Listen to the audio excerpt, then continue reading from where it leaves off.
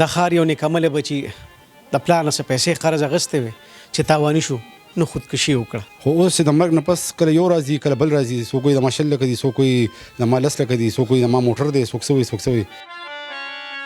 ځان یې واغېشته خو ریرې کوږندسې نیکمل ولادو هېڅ نه کسته کې نو انا وې بس هغه مې خپل مور پلار ته به حواله کړه بس په درېیمه باندې، او بل زه به خپله خیر ته کېناستم نو بس بیا خپل ځان نشم ساتلی نو هغه ما څه ساتلی. نعمان د واده دا کمره وه او جي دا کمرې وه. ناویه ته بیا څوک د تختې نه راوچتولی شي؟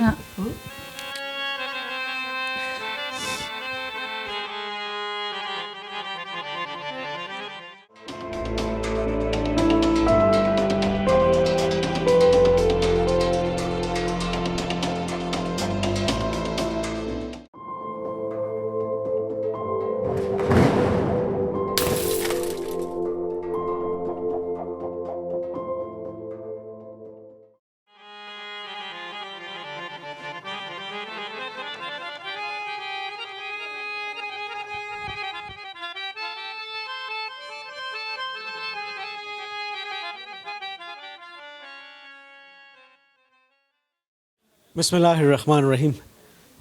د ښار یو نیکمله بچي د پلار نه څه پیسې قرض اخیستې وې چې تاواني شو نو خودکشي وکړه. پلار یې ولاړ او مور یې هم ولاړه صاحب. سید محمد ته وې ما زما د طارق صرف یو کاکې دی، سهار او ماښام ورته ګورو، کله کله ورته جړېغونې هم شو. ما دغه یو بچی پټکه دنیا کې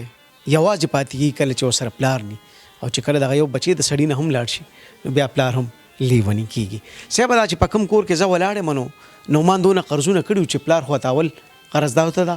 کور ور په حواله کړه، خو بیا هم کرایهدارو سره د خدای خو کې په دې کور کې خو ستاسو حق هېڅ نشته، خو راځئ دا پروګرام پکې اوکې. سید محمد د څنګه ټیک دی جي. 2 هفتې وشوې چې نعمان خودکشي وکړه. او جي دا بچی خودکشي د کولی شوه؟ یاره جي هغه دومره هوښیار او دومره تعلیم یافته کس و چې زه منه ما اړه اوس هم پورې دا نه مني چې د خپل ځان ویشتي، خو چې کم د مرګ نه پس ما دا خبر اوردی چې څوک وایي د ما والا 20 لاک ورکړي، څوک وایي 10 لاک ورکړي دي، نو د خلکو ډېر زیات پریشر پرې راوستی وی، او د دې پریشر د وجې چې کم دی نو ځان یې ویشتی دی، پته یې ځان ویشتی دی یا چې کم دی نو، خو زه دا نه منم چې ځان یې ویشتی دی. نو بس زه حکومت نه دا مطالبه کوم چې یاره انکوایري دې وشي او پته دې ولګي چې یاره دا څه وجوهات وو. څومره قرضدار و نعمان؟ یاره جي 1,23 لک خو یې ما نه 13 لک روپۍ خو یې ما نه اخیستې وې، او دا یو 15-20 ورځې مخکې د ماته یاره نوې موټرسایکل را روانې دي او سټیکر دی، نو یو 60-70 لک روپۍ نو ما والا زما یو ملګری دی نو هغه نه ما والا یو 15 لک روپۍ وغوښتې، هغه ته ما چې څو ګټې تاله به نیمې درکړي، خو د هغه دی الله والا عمر ورکړي، هغه ماته یاره ستا زوی دی زما هم زوی دی، خیر د خپل کار دې وکړي بیا دې ماته پیسې راکړي، ما له 1 روپۍ ګټم نه ده په کار. نو بس هغه چې مړ شو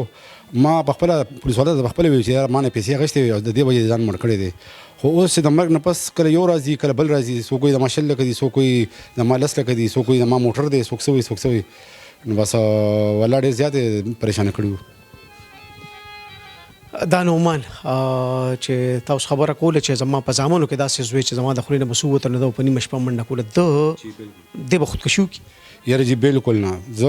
قسمیان وایم چې هغه داسې سړی و دومره هوښیار چې علاقه کې تپوس کوي چې کوم ځای کې کاروبار کولو هغې نه تپوس وکړي که نه څوک به د ده په باره کې دا ونه وایي چې یاره دا چېرته څه غلط سړی و یا چېرته څه شرابي یا چېرته د سرګټ څکل یا نسوار څکل، او قسم به خدای چې سهار به تلو ماښام به راتلو یو بل شانتې زوی و، زه الله رب العالمین دغه شانتې زوی هر چاله ورکړي. قرضداره ورې شو سید محمد؟ نو دا دلته په دې سرکې کې یو څو کسانو ولا پیسېګانې ورکړي چې یاره تاسو زما په خیر انډر پلی ورته وایي که کم یو شی ورته وایي هغې کې چې کوم دی نو پیسې چې کوم دی نو په نیټه باندې دلته موټرسایکل ورکړه او 3 میاشتې پس 4 میاشتې پس په تا ته پیسې میلاویږي. نو ده د کسانو مجبوره کړی وی او هغه کسان منیم. اوس زما د زوی چې کوم دی نو کم 2-3 کروڑ روپۍ قرضدار دی، خو دې کې 71 لک روپۍ یو کس په ځان ومنلې چې یاره ټولې پیسې مال راکړې وې. نعمان اوس نشته، واده دې وله کړو؟ او دا یو 14 میاشتې وشوې واده مې وله کړی و. هغه ناوې انا وې بس هغه مې خپل مور پلار ته به حواله کړه بس په درېیمه باندې، ولې چې هغه یو خو هغه کور والا د 3 میاشتې بیمار هم وه، او بل زه په خپله خیر ته کېناستم نو بس بیا خپل ځان نشم ساتلی نو هغه ما څه ساتلی. نعمان د واده دا کمره وه؟ او جي دا کمرې وه. بس ډېر په ناز مکیز مې والله ساتلی او دا کور د هم قرضدار ولور دا مې قرضدار و دا چې چا نه مې 15 روپۍ راغشتې هغه سره د الله خوږي بس هغه راته ویلي هغه غشتوم نه خو بس ما په زور دا وکړم یاره به تعالی دا پیسې کم نه برابر وم دا کور پکې وای جی د نومان ناوې دلته راغلی و چې تله تاسو کره خو په سمه جنازې نه به تر دې هر څه بس ډېر نیک عمل اولادو زمونږ پته نشته چې نظر والو که خلکو تنګ کړو به د الله ته پته ده ځان یې واغشتو غرق و تباه یې کړو د خلکو په ټس کې لاړو چې هر چا نه تپوس کې داسې نیک عمل اولاد دی الله هر چا له ورکړي چې څنګه زمونږ بچي وو هغه چې کومه ناوې وه هغه لاړه هغه لاړه هغه زما ورېره وه سیدامه دی خود ریګه اوس د څونه بچیان دي اوس مې بس 3 زامن دي او 2 لوریانې دي دلته چې راشه د نومان کمره کې خو به هم یو ساعت و درې کله یو جی بس راځم دا تاسو سره اوس دلته راغلم بس هغه ما په 3 مور باندې دا کورس دغه کړی تلې ما دلته بیا ځنیم راغلی جی د نومان طبیعت هم څنګه نومان بس ځان په خپله خراب توراب کو د خلکو د لاسه ځان یې واغشتو خو ریرې کوږي داسې نیک عمل اولادو هېڅ نو کسته کې نو خودکشي څنګه وکړه والله نیم خبره زما بالکل لاش لته ورلې زه ورغلم او جی ما ته پولیس ټلیفون کړی او زه چې لاړم هلته نو اس ایچ او صاحب ډي اس پي صاحب ولاړ و بس هغې ما ته دا وویل چې یاره ټول وجوهات دا دي چې یاره ویډیو یې کړې ده څه میسیج یې کړی و چې یاره پلار هم رانه پیسې غواړي او کسانو له پیسې نه راکوي او دا کسانو له پیسې د پلار هم قرضدار د پلار هم قرضدار یم نو زه خودکشي کوم جی خودکشي خو یې نه دي ویلې خو بس دا د بکولې دغه لکه چې یاره ما سره خبرې کولې ویل چې یاره زه ډېر زیات تنګ یم ما ته یاره 2 هفتې مخکې ما ته وینا کړې چې به ځان ولم نو ما ورته چې تا ته دا ویډیو تا ما ته ولې نه دی ویلې وایي ستا نمبر ما سره نو مې تا سره زما دا نمبر کوم دی نه راغی چې تا ما ته رینګ کړی وای نو بیا هغې نه پسې چې کوم دی نو بس خبره ورلې نو لاش کم ځای کې او کم ځای نه سره سره د شاهي باغ کې چې کوم دی نو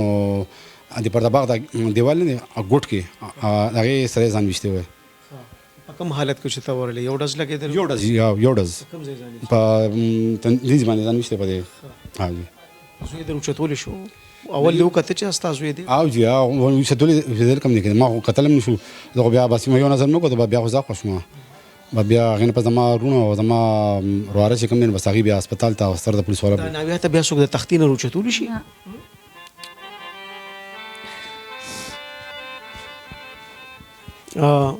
الله دې وبخي